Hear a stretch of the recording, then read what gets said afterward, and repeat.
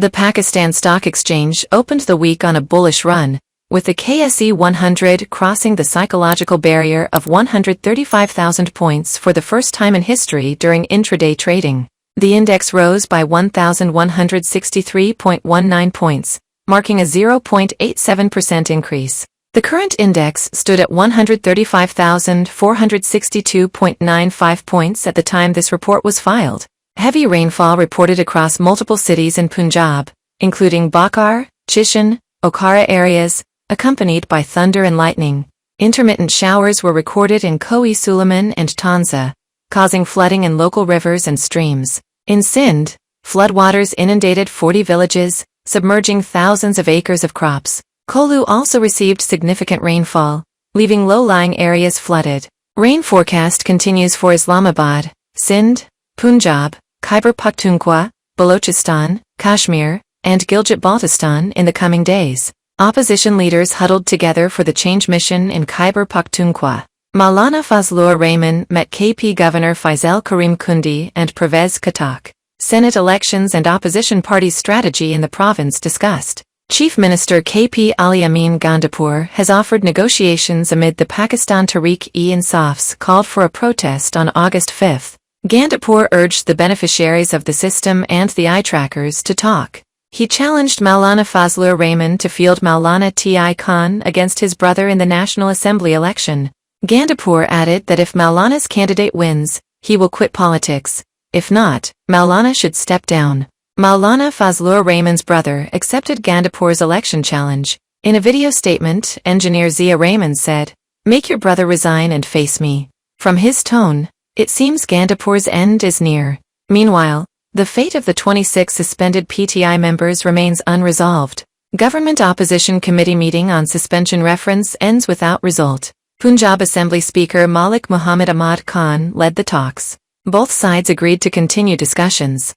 Member of the Government Committee Mustafa Shujur Rahman said, "Things are not over yet. Negotiations were very good. We hope the opposition will maintain the Assembly's dignity." Opposition leader Malik Ahmad said, "The negotiations were not fruitful. The Speaker should bind both parties to the rules of procedure." PTI expelled Elias Chowdhury from the party. On 5 defectors' recommendation, party membership was terminated by MLAs Aurangzeb Khitri, Zahor Elahi, Usman Ali Mubarak.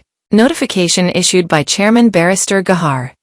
Deputy Prime Minister Ishaq Dar held a telephonic conversation with the UN Secretary-General. Ishaq Dar reiterated Pakistan's firm resolve for global peace, security, and peaceful resolution of conflicts. He said Pakistan would fully cooperate in the fulfillment of the UN and its mandate. Special sessions of the Security Council during Pakistan's presidency will become the focus of global attention. Both leaders agreed to meet in New York next week. According to Foreign Office spokesperson, Ishaq Dar and Antonio Guterres will meet in New York next week. Federal Interior Minister Mohsin Naqvi met his Iranian counterpart, discussed matters of mutual interest and Pakistan-Iran relations.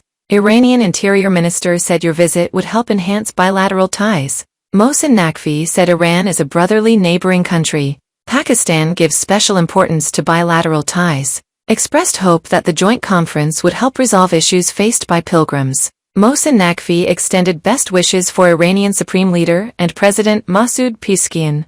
Decision made to convert frontier constabulary into a federal force. Amendments to the FC Act 1915 approved to rename it Federal Constabulary. Federal Constabulary to operate in all 4 provinces, Azad Jammu and Kashmir, and Gilgit-Baltistan. New recruitments will begin nationwide after ordinance enforcement. Was the death of model and actress Humaira Asghar an accident, suicide, or murder? Investigation ongoing after unlocking her mobile phone and tablet. According to police officials, passwords were found in her diary.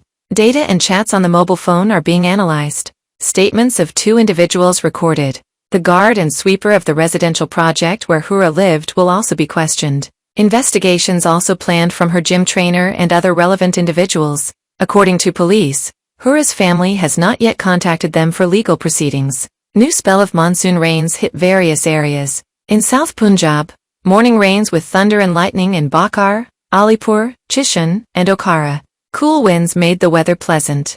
Rain also expected in Islamabad, Sindh, Punjab, KP, and Balochistan. Thunderstorms expected in Kashmir and Gilgit-Baltistan as well.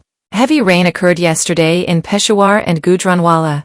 River water levels continue to rise in Sindh. Flash floods in Tanza caused destruction. Over 30 towns submerged. Protective embankments broke in Mosajang, destroying crops on thousands of acres. Mud houses washed away. Dozens left homeless. A truce agreement in Gaza is expected within a week. U.S. President Trump, in a conversation with journalists, said talks for a ceasefire between Israel and Hamas are expected to move in the right direction. President Trump also announced the supply of Patriot missiles to Ukraine. I was the last one standing there with Bibi Shea and his wife. I never left Khan Sahib's wife. I'm proud of that. There were workers there, right?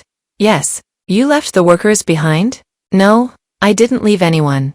I was there till the end. Then how did you reach the assembly? You got there. What kind of question is that? Who told you to ask this?